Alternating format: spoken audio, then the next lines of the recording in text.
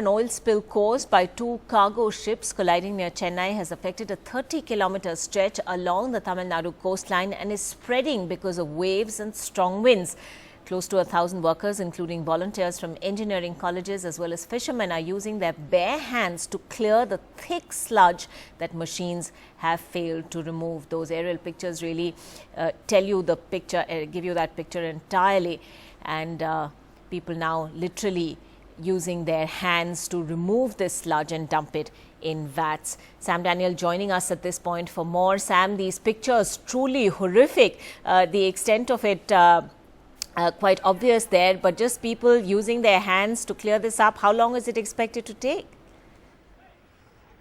Well, Ankita, this is the sixth day after the collision which led to that spill of around 20 tons of fuel oil mixing into the sea. And after trying initially using powerful sucker machines, the Coast Guard, which is leading this cleaning up operation, felt that it doesn't help really because it's not able to pump out the sludge, but only lots of water comes. And that's why, as you see behind me, they've employed around 500 to 600 people at this location alone, where around 1,500 square meters of area is filled with oil spill and sludge, and they are manually using buckets to pass on what they collect from this area here.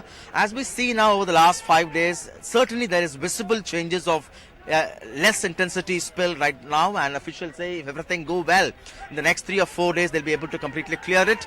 And the big worry is, of course, the impact on marine life. A few turtles have died here, but no visible signs of death of fish population. In fact, the fisheries minister in Tamil Nadu has officially told that they have conducted scientific tests using the fisheries university, and they have found no impact on the fish population here. They have asked people not to have any fear, they can consume fish. And the real heroes here are these people who work, most of them with bare hands, not with much of protective gear, who physically lift. Many of them are students, also volunteers, and many from the Coast Guard. And with me, two of the such volunteers here, Arvind and Bobby here. Thank you very much for joining us, and must be very, very difficult to work in this situation to clear the spill. Yeah, yes, much more difficult because the rocks are slippery, it's not in the place of proper, so boys will be very tough to work on there. So manually they are doing so that's the thing is that we have. And you both come from the Marine College here. Does it give you a kind of satisfaction that for public cause you're all toiling like this? We are all coming from Hindustan Institute of Maritime Training. We are volunteering for doing this job.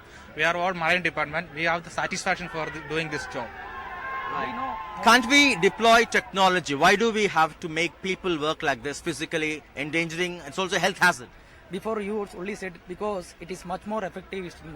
If you sucking with any advanced takeoff means that will be sucked with water only. So it is basically this much of quantity is there. So easily we can take up in bucket and use in manual method only.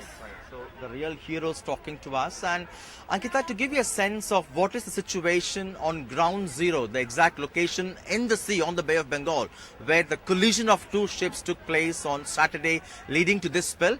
A short while ago I was there in the sea, and here is the report. Technically, we come to you from the ground zero of the oil spill near the Ennur port outside Chennai from the Bay of Bengal. In fact, one of those two ships involved in a collision which led to the oil spill is right there outside the anchorage.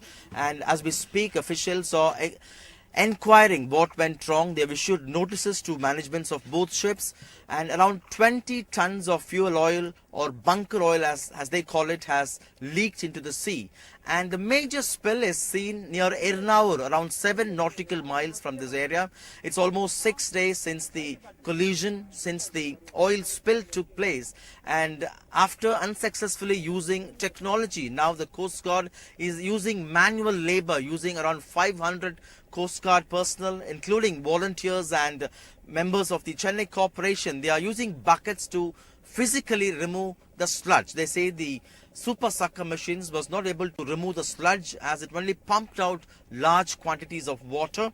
And there are also other minor pockets of oil spill in other areas, in other pockets in the sea, which officials are mapping using technology from the Anna University. So mopping up operations on ground zero is on full swing, and on the beaches, officials have also deployed volunteers, Coast Guard personnel to physically clear the sand from pollutants. And if everything goes well, officials say in the next 3 to 4 days, the major spill at Ernavu can be completely removed. The main challenge there, of course, is the boulders present along the shore so that the waves are not able to naturally flush it away.